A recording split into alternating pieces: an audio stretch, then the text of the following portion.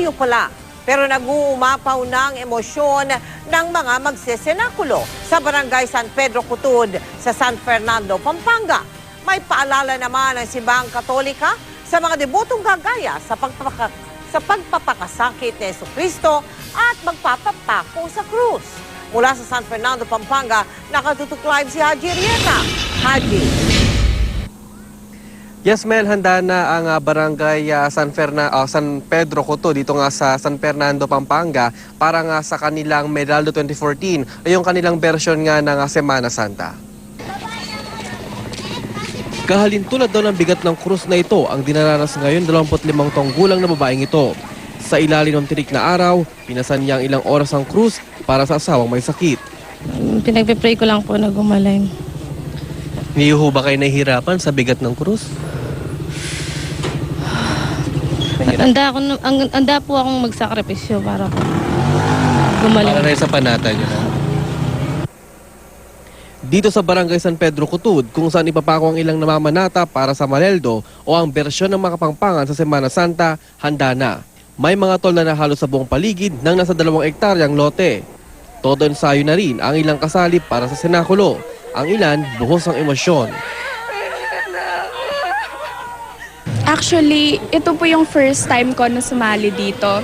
Kasi gusto kong ma-experience, tsaka gusto kong malaman kung paano. Kasi interesado talaga ako kung ano yung mga pinagdaanan ni Jesus. Nadadala lang po dun sa kung paano po na si Jesus, gano'n. Kung paano po siya nag-sacrifice para sa atin. Ang 60 taong gulang na gumaganap ni Jesus sa si Melchor Mantoya, pang 25 taon na raw niyang nagpapapako sa krus. Sacrifice lang naman to, hindi naman karangalan ang kinukuha dito. Sacrifice lang. Suyo lang sa mahal na Panginoon sa kahit anong mangyari, titiisin na dahil sacrifice lang. Ang simbahang Katoliko, hindi man kinokondena ang pagpapako sa krus tuwing Semana Santa, nagpaalalang hanggat maaari raw, alagaan sana ang katawan. Ito naman ay hindi kailangan, no? Dapat na hampasan natin ay ang ating spiritual na disobedience, yung ating ayaw nating sumunod sa kalooban ng Diyos kasi ang katawan ay sagrado. Ito ay templo ng Espiritu Santo. Maraming paraan daw ang pagtitika gaya na lang ng pagkakawang gawa. Dahil sa Biyernes Santo ng taon ng pagpapako sa krus, nakahanda na raw ang lokal na pamahalaan para sa libo-libong dadagsa. Halos fully booked na nga raw ang maraming hotel sa lungsod. Nasa 500 security personnel ang ipapakalat para naman bantayan ang seguridad sa lugar.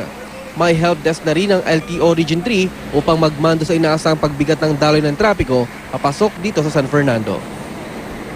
Meron itong kinatatayo natin na nasa 2 hektaryang lote kung saan gaganapin nga itong pagpapako sa mga mamamanata ay handa na rin. May barikada na at may mga tolda na inaantay na lang itong mismong araw nga ng Biyernes Santo. Mel? Maraming salamat sa iyo, Haji Rieta.